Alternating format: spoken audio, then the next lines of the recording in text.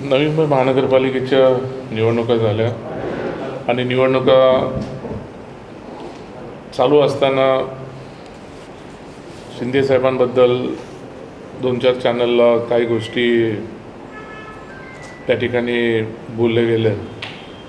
आम्ही पण थोडं समजून होतो की युतीचं शासन आहे आणि युतीच्या माध्यमातून काही गोष्टी चाललेल्या आहेत. आम्ही काही गोष्टीकडे कानाडोळा केला, कारण महायुतीच्या माध्यमातून सर्व महाराष्ट्रामध्ये निवडणुका चालू होत्या आणि निकाल लागल्यानंतर माननीय नाईक साहेबांनी, मला वाटतं गणेश नाईकांनी केलं की आता निवडणूक संपलं, आता सर्व वैरे संपलं, आता आम्ही काही बोलणार नाही. आम्ही एक पक्षप्रमुखांच्या आदेशानुसार आणि पक्षप्रमुखांचं एक मानसन्मान ठेवून आम्ही कोणी या गोष्टीवरती काही गोष्टीची वल्गना आम्ही काही केल्या नाही. परत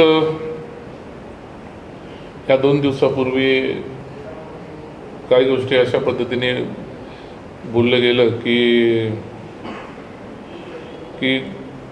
पार्टीने मला जर सांगितलं तर मी एकनाथ शिंदे साहेबांचं नामनिशाण ठेवणार नाही. आता ह्या गोष्टीचं झाल्यानंतर आज ते पण आमच्या पक्षाचे पक्षप्रमुख आहेत आणि आमच्या पक्षाच्या नेत्याबद्दल जर असे कोणी उद्गार काढत असेल तर आम्ही एक शिवसैनिक म्हणून आणि उपनेता म्हणून मी कधीही स्वस्थ बसणार नाही आणि आम्ही त्या बाबतीत स्वस्थ बसू शकत नाही. त्यांनी ज्या गोष्टीत त्यांनी वल्गना केली की नामनिशाण खतम करणार, नामनिशाण संपून टाकणार, काय त्यांना काय एकनाथ शिंदे काय एवढा चीप वाटलं का त्यांना त्यांचं नामनिशाण संपवायला? एकनाथ शिंदे साहेब हे शाखा प्रमुखाचे मुख्यमंत्री झाले आणि हे कुठे राहिलेत. आज नव्या मुंबईमध्ये यांचे फक्त 65 नगरसेवक निवडून आलेले आहेत. ते पण BJPच्या जीवावर निवडून आलेले. ते स्वतःला समजतात की माझ्या जीवावर निवडून आलेले, पण हे त्यांच्या जीवावर कोणी निवडून आलेले नाही आहे. हे BJPच्या कमळाच्या निशाणीवरती निवडून आलेले. आणि एकनाथ शिंदे साहेबांचं काय करतात? आज एकनाथ शिंदे साहेबांकडे 60 आमदार आहेत, 7 खासदार आहेत, नगरसेवक 390च्या आसपास नगरसेवक आहेत आणि यांच्याकडे किती आहेत? 65. आज तुम्हाला बोलतो की हे ज्या मतदारसंघाचे आमदार आहेत त्या मतदारसंघाचं जर तुम्ही आज माहिती जर काढली तर त्या मतदारसंघामध्ये, ऐरोली मतदारसंघामध्ये शिवसेनेचे नगरसेवक जास्त निवडून आलेले. बेलापूरमध्ये त्यांचे जास्त आलेत, पण ऐरोली मतदारसंघामध्ये ते मंत्री आहेत, ते त्या ठिकाणी आहेत, त्या ठिकाणी ते निवडून आलेले आहेत. आणि आम्ही शांत बसतो. आम्ही कधी वल्गना केली नाही की बाबा आमचं हे झालं, पण ज्या वेळेस नामोनिशाण मिटवण्याची भाषा केली जाते तेव्हा आम्हाला पण पर्सनली कोणावरती त्या अटॅक आम्हाला पण करायला लागणार आहे. मी कालच बोललो एकनाथ शिंदे साहेबांचं नामोनिशाण मिटवण्याच्या अगोदर सूर्याला पहिलं नाव द्या आणि नंतर मग एकनाथ शिंदे साहेबांचं नामोनिशाण मिटवा. हे मी कालच कुठल्या तरी मीडियासमोर आणि प्रेससमोर, आता पण दुपारी मी IBMच्या समोर मी बोललो. बघा, यांनी किती गोष्टी बोलाव्या प्रत्येक वेळेस आम्ही ऐकत आलो. या निवडणुकीच्या कालखंडामध्ये तर भरपूर काय ऐकलं, भरपूर काय केलं की आम्हाला हलक्यात घेऊ नका, नाही तर आम्ही हे करू. आम्हाला पण विजय चौगुलेला पण हलक्यात घेऊ नका. मी त्यांना सांगतो की विजय चौगुलेला पण हलक्यात घेऊ नका. आज या ऐरोली मतदारसंघामध्ये आम्ही ताकदीने निवडणूक लढवून आम्ही ताकदीने आमचे शिवसेनेचे माननीय एकनाथजी शिंदे साहेब यांच्या मार्गदर्शनाखाली, खासदार असतील यांच्या मार्गदर्शनाखाली आमचे सर्वचे सर्व उमेदवार तिथं निवडून आले. जास्तीत जास्त उमेदवार आमचे निवडून आले. आमचे जर सिटिंग 10-12 आमदार जर पडले नसते तर आज हे चित्र वेगळं असतं. आज इथे मोठे मोठे वल्गना करतात ना, त्याला पूर्णपणे चाप बसली असती. आज त्यांनी ज्या गोष्टी त्यांनी जे बोलले गेले, आज आमचे 3-4 पॅनल आमचे असेच, 4 पॅनल तर आमचे असेच गेले. त्याच्यामध्ये मी बोलतो तसं 10-12 नगरसेवक आमचे निवडून यायचे राहिले. MK मडीवरती काय अटॅक केला ते मी काय सांगायची गरज नाही. तो मनुष्य, ती फॅमिली कशी पडली गेली हे पण मी सांगायची गरज नाही. त्याला रात्रीच्या रात्री उचललं गेलं. दुसऱ्या दिवशी उद्या निवडणूक, त्या निवडणुकीच्या दिवशीच त्याला दुपारी 2-3 वाजता त्यांना सोडण्यात आलं. हा पण तो एक प्रकारे गेम करण्यात आला. म्हणून आम्ही काही गोष्टी बोलत नाही. पण आज मी तुम्हाला सर्वांना सांगतो, आम्हाला जशाच तसं आम्हाला उत्तर द्यायला पाहिजे. आज हे बोलतात आम्ही निवडून आलो, आणि काहीतरी त्यांनी दुसरे पण शब्द वापरले, काहीतरी मी जिथं जातो तिथं विजय खेचून आणतो. विजय खेचून आणतो म्हणजे ज्या ठिकाणी मी असेन तिथे तो पक्ष विजयी होतो. अरे आजपर्यंतचा इतिहास आहे, आजपर्यंतचा इतिहास आहे. त्यांनी शिवसेना सोडली, दुसरा पक्ष राष्ट्रवादी सत्तेत आला म्हणून शिवसेना सोडली, राष्ट्रवादीत गेले. राष्ट्रवादीमध्ये गेले, राष्ट्रवादीची सत्ता गेली, BJPची सत्ता स्टेटला आली तर BJPत गेले. हे कुठल्या पक्ष यांच्याकडे नाही गेले, हे पक्षाकडे गेले. प्रत्येक पक्षाकडे हे जाऊन आपलं स्वतःचं चांग भलं करून घेतलं त्यांनी. स्वतःचं कुठेही काही गोष्टी करत असताना त्यांनी स्वतःचं चांग. आज ही नवी मुंबईमध्ये बोलतात, नवी मुंबईमध्ये माझी एकात्मता. कसली यांची एकात्मता? साधं उदाहरण, मंदाताईचं उदाहरण घ्या विधानसभेचं. मंदाताईच्या विरोधामध्ये राष्ट्रवादीमध्ये 50 नगरसेवक पाठवून आपल्या मुलाला उभं करून त्या ठिकाणी मंदाताईच्या विरोधात उभं केलं होतं ना. पण त्या तिथं कोण हारलं आणि कोण जिंकला? गणेश नाईक हारला आणि कमळ जिंकले. मंदाताई जिंकली म्हणजे BJP जिंकली. BJPची ताकद दाखवून दिली ना. मग यांची ताकद कुठली? बेलापूरमध्ये पण, या ठिकाणी पण BJPची ताकद आहे, कमळाची शक्ती आहे आणि BJPची ताकद आहे. यांची काय आहे? मग यांना एवढं उग्र बनवण्याची काय गरज नाही पडली. नामोनिशान संपवणे, नामोनिशान हे करू. म्हणून आजचं पत्रकार परिषद आम्ही एवढ्यासाठीच घेतला. म्हणून आम्ही त्यांना एवढंच सांगितलं आम्ही की बाबा, तुम्ही एकनाथ शिंदे साहेबांचं नामोनिशान हे करायच्या अगोदर तुम्ही आम्ही बोललो, आम्ही सूर्याला नाव द्या पहिला, त्याला नाव द्या, म्हणजे काहीतरी चांगलं पुण्य केल्याचं निदर्शनात येईल. आणि ह्या गोष्टीला, आणि विजय चौगुले आयऱ्या गैऱ्याला विजय चौगुले घाबरणारा नाही आहे. मी कोणाच्या बाप्पाला घाबरलो नाही. काय त्यांनी माझ्या विरोधात काय नाही करायचं त्यांनी सोडलं ना. मला मर्डर केसमधनं संपवण्याचा प्रयत्न केला, बलात्काराच्या केसच्या माध्यमातून संपवण्याचा प्रयत्न केला. 2 वर्षापूर्वी अजूनही त्यांनी काही गोष्टीचे प्रयत्न केले. पण आम्ही तेवढं आहे. आता पण काही इलेक्शनला काय आमच्या विरुद्ध काय कमी नाही खर्च केले, कमी नाही हे केलं. म्हणून तुम्हाला मी सांगतो की आज आमची पत्रकार परिषद एवढ्यासाठी बोलत आहे. आजच्या नंतर आता पण जे कोणी जर आमच्या नेत्याच्या विरोधात बोलतील त्यांच्या विरोधात आम्ही बोलल्याशिवाय राहणार नाही. प्रत्येक ठिकाणी ऊर बडवून बोलतात की भ्रष्टाचार झाला, 3,000 करोडचा भ्रष्टाचार झाला. काढा 111 नगरसेवकांची यादी काढा. त्या 111 नगरसेवकांमध्ये त्यांचे नगरसेवक आहेत तिथे त्यांची यादी काढा. आमचे नगरसेवक किती आहेत त्याची यादी काढा. कोणाच्या वॉर्डमध्ये किती करोड खर्च झाले त्याची यादी काढा. अरे 3,000 करोड रुपये खर्च झाले, FD तोडली, या गोष्टी बोलत आहेत. त्याने दाखवून द्यावा ना कुठं 3,000 करोड रुपये भ्रष्टाचार कुठं झाला. कुठलं एकनाथ शिंदे साहेबांनी मोठं काम काढलं आणि त्याच्यामागे एवढे पैसे खर्च केले आणि एवढे केले. उलट पहिल्यापासून हे नव्या मुंबईची प्रथा होती. नव्या मुंबईची प्रथा आहे. इथं 5% जर कमिशन नाही घेतलं तर कुठलीच कामं व्हायची नाही. पहिले जमा करायला लागायचे, नंतर कामाचे वर्क ऑर्डर भेटायचे. हे मी काय सांगायची काय मी सांगायची काय गरज नाही. ही वस्तुस्थिती होती. म्हणून आम्ही मिस्टर 5% म्हणून नाटासाहेब त्यांच्या प्रत्येक भाषणामध्ये वगैरे बोलायचे, एका फुकटमध्ये बोलायचे का. आणि काय बोलतात ते नवी मुंबई 3 वेळा हारले ते लोक. एकदा तर सीताराम भोईरच्या माध्यमातून हारले गेले, नंतर मंदाताईने एकदा हरवलं, आता परत मंदाताईने हरवलं. आम्ही विधानसभेला मी तर लढतोय, मी प्रत्येक वेळेस मी लढण्यासाठीच उभा आहे, मी तो प्रत्येक वेळेस लढत आलो. आम्ही आमचे काय डिपॉझिट जप्त नाही झालेत. कुठल्या एवढ्या नगरपालिकेच्या निवडणुका झाल्या असेल, विधानसभेच्या निवडणुका झाल्या असतील, की आमच्या काय डिपॉझिट जप्त नाही झालेत. आम्ही ताकदीने लढलो आणि ताकदीने त्यांना आम्ही हे करत राहिलो आणि शेवटपर्यंत विजय चौगुले लढत राहणार. ते काय कोणाला मी काय कोणाच्या बापाला घाबरायचं मला नाही आहे. म्हणून तुम्हाला मी सांगतो की आज ज्या पद्धतीने आमच्या नेत्यांवरती ज्या गोष्टी त्यांनी वल्गना केले, हे फार चुकीची वल्गना आहे. म्हणजे संपूर्ण टाकायची भाषा यांची वापरली गेली, ही आम्हाला कधी रुचलेली नाही आहे. आणि त्यांनी त्याच्या ह्याच्यात राहावं. आता ते वनमंत्री आहेत, तर वनमंत्रीने म्हणत्यासारखं काम करावं आणि नव्या मुंबईच्या विकासाच्या दृष्टिकोनातून बघावं. फुकट आमच्या नेत्यांवरती आगपाखड करायची काही गरज नाही आहे. आणि मला वाटतं मी कशाला करत आहे मला ते समजा. आणि मला तर माहिती आहे, जर एकनाथ शिंदे साहेबांच्या नावाने बोललं नाही तर यांना मीडिया हे भेटणार नाही, मीडिया कव्हरेज भेटणार नाही.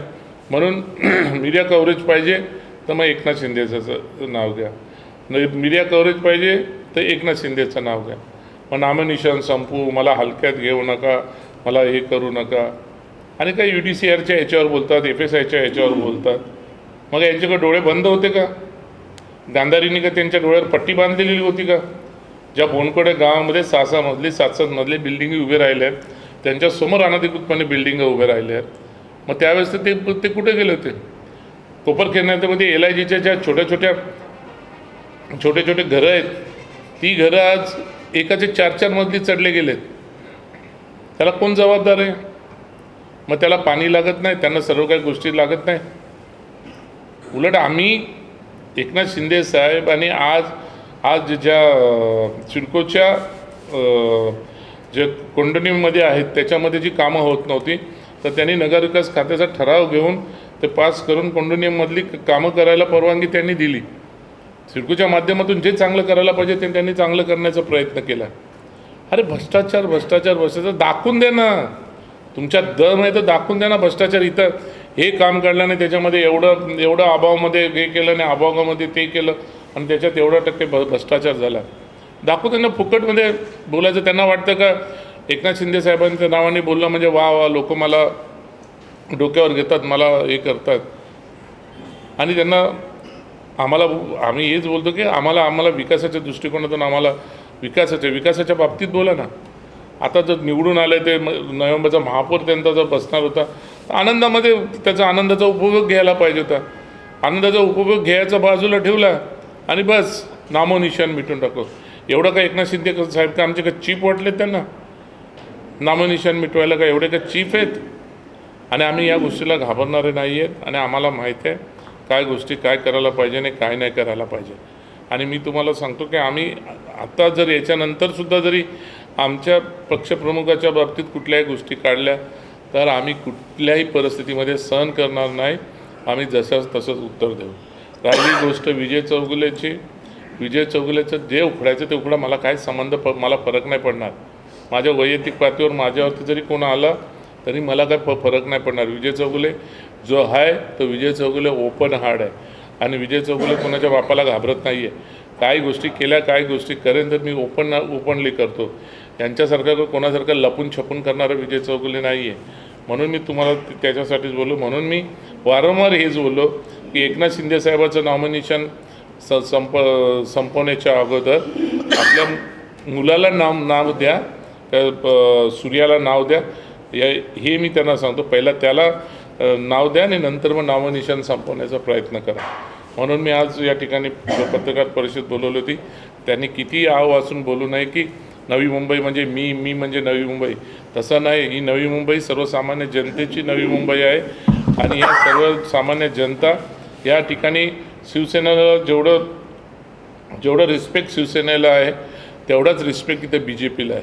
याने समजू नये माझ्या जीवावरती BJP आहे, माझ्या जीवावरती शिवसेना आहे. शिवसेनेने दाखवून दिलं 42 साली म्हणजे का 40% आलो आम्ही. जर सिटिंग नसते पडले तर आम्ही 50%च्या बरोबरीने आम्ही गेलो असतो. म्हणून त्यांनी हे दाखवून देऊन. आणि ह्यांचे जे काय आलेले आहेत हे BJPचे आलेले आहेत. ह्याचं गणेश नाईक म्हणून याची कोणी नगरसेवक निवडून आलेले नाहीत.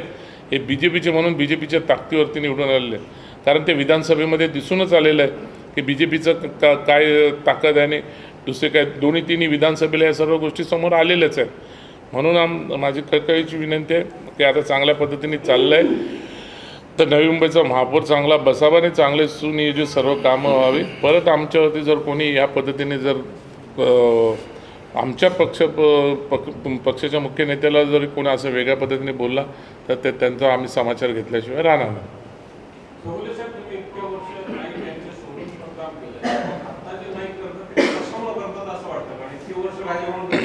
नायकांना प्रसिद्धी पाहिजे.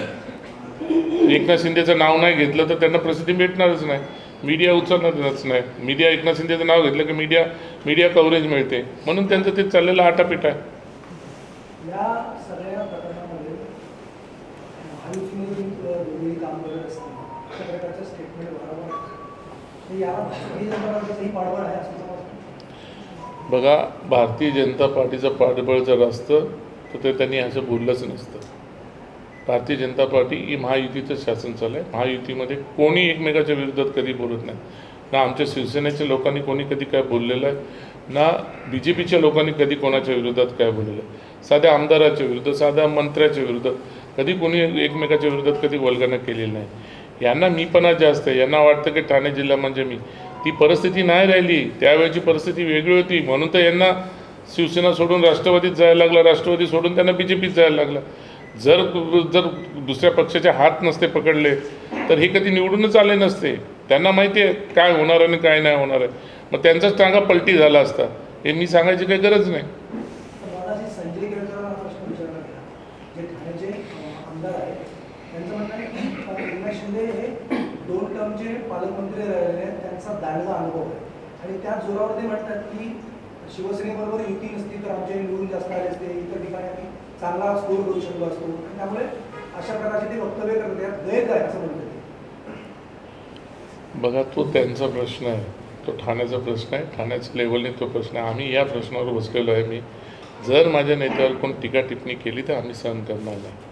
आणि बोलायची भाषा असते, बोलायची भाषा असते. त्यांनी मला हलक्यात घेऊ नये, त्यांनी मला म्हणजे कार्यक्रम केल्याशिवाय मी राहणार नाही. ह्या गोष्टी नाही आहे. केळकर काय बोलला, केळकर काय एकनाथ शिंदेच्या साहेबांच्या बाबतीत कधी विरोधात बोलला नाही आहे. तो ठाण्यामध्ये आहेत, ते ठाण्यामध्ये आहेत. त्यांनी कधी शिंदे साहेबांच्या विरोधात बोलले नाही की आमच्या पक्षाच्या विरोधात ते कधी बोलले नाही. हां, ठीक आहे, कुठं काय प्रॉब्लेम्स आले तर ते एकमेकाच्या विरोधात बोलतात, पण एवढ्या खालच्या थरावर ते कोणी गेलेले नाहीत.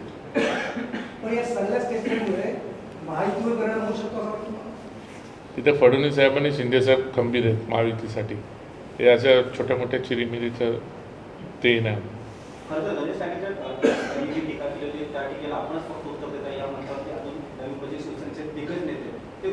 बघा, माझ्याकडे जबाबदारी दिग्गज नेते तर मी आहे. मी देतो, मी उपनेता आहे, मी देतोय ना. आता ठाण्यातून देत आहेत, सर्वजण देतात आमचे बाकीचे कसं. आता मी देतोय ना. आता नव्या मुंबईतून कोणीतरी का सर्व का ऐरोलीतून एकाने द्यायला पाहिजे, घनसोलीतून एकाने द्यायला पाहिजे, कोपरखेड्यातून एकाने द्यायला पाहिजे, अशी अपेक्षा आहे का तुमची? मी देतोय ना एकटा नव्या मुंबईतून, उपनेता आहे मी.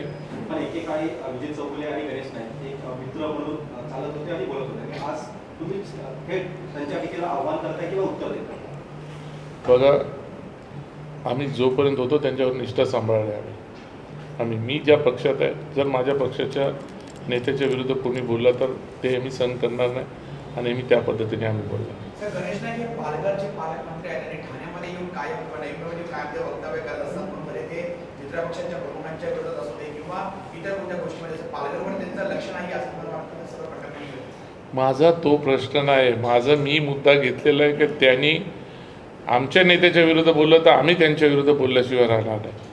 ते काय आहे ते तिकडे लक्ष देत नाही, ते देत नाही. ते पक्ष आहे ना, तिथं BJP पक्ष सक्षम आहे, शिवसेना पक्ष सक्षम आहे. ते त्यांच्या लेवलने ते पाहून घेतील. शेवटी आराखडा त्यांच्याकडे जातोच ना. काल पण BJPच्या उमेदवारांचा आराखडा तर काल दिला ना.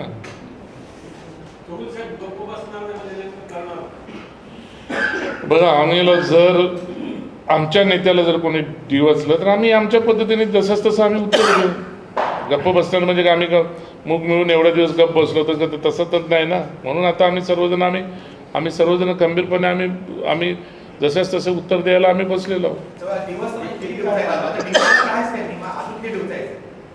कोणी गणेश नाईक यांनी तुमच्या नेत्यांना एका क्षेत्रात दिवसला आतापर्यंत अजून किती दिवस आहेत? आता काय त्यांनी काय तुम्ही काही स्तर ठेवलेत का एवढ्या दिवस करायला आम्ही उत्तर देणार त्यांना किंवा फक्त वक्तव्य करणार त्यांच्यावर? त्याने प्रत्येक वेळेस प्रत्येकाला उत्तर दिल्यात आलं. आता हे जास्तच झालं, हे जास्तच झालं. आता त्यांनी परवाचं केलेलं माहिती आहे ना तुम्हाला, माहिती ना काय केलं त्याने लोकांना.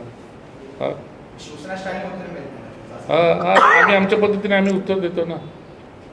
चौगुलेचे हे किती काळ चालणार आहे? आपण पण एक वरिष्ठ नेता म्हणून नवीन म्हणलं म्हटलं जातं, आपण जाऊन त्यांना विनंती करणार नाही का तुम्ही आमचं मोठे नेता तुम्ही असं बोलू नका? ते त्यांना समजायला पाहिजे, ते मोठे आहेत, ते ज्येष्ठ आहेत, त्यांनी बोलायला पाहिजे. त्यांनी बोललं होतं ना, त्यांनी बोललं होतं निवडणुका संपली मग ते वैरत्व संपलं. आपण पुन्हा जाणार का त्याला विनंती करायला? आम्ही कशाला विनंती करायला जाऊ? आम्हाला काय पडलं? ते पुन्हा तुम्ही पत्रकार परिषद घेत राहणार?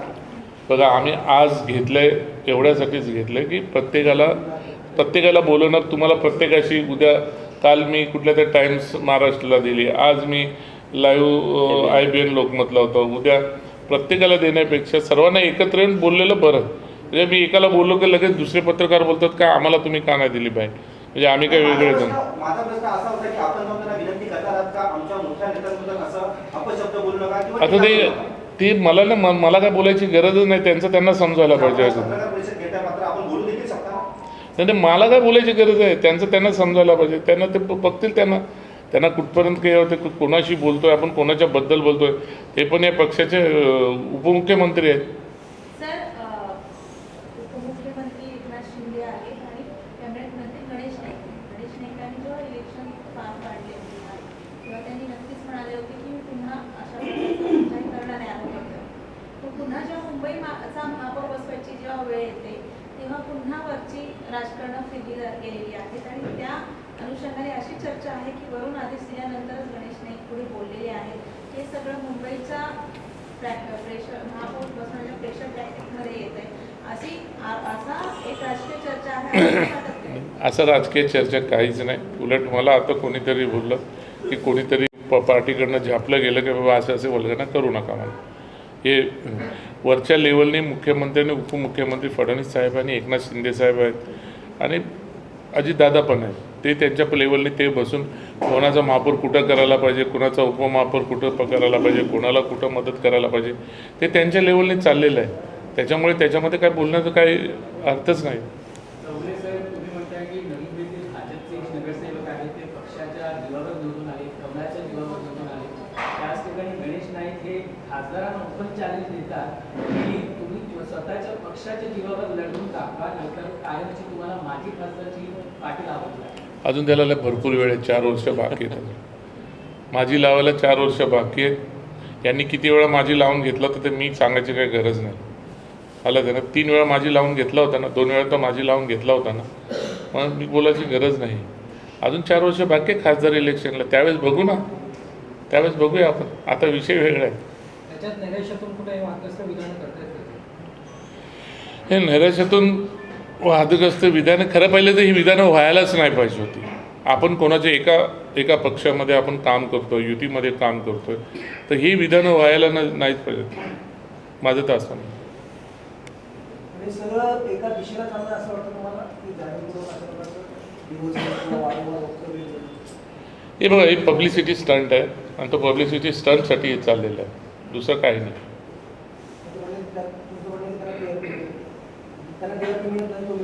हा मग TRPसाठी जे चाललेलं हे आहे.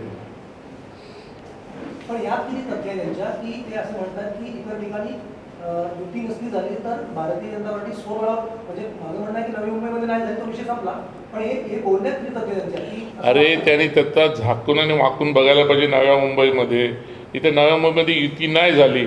आम्ही 42वर आलो ना, आमची सिटिंग 10 नसते तर 10 आमचे सिटिंग पडले नसते तर आम्ही 56पर्यंत गेलो असतो. आम्ही मेजॉरिटीपर्यंत आम्ही गेलो असतो. पहिला त्यांनी नव्या मुंबईतच झाकून बघावं, बाकी तो बाहेरच्या तर गोष्ट वेगळी. त्यांचा मतदारसंघ त्यांनी झाकून बघावा. मतदारसंघामध्ये शिवसेनेचे जास्त उमेदवार निवडून आलेले आहेत.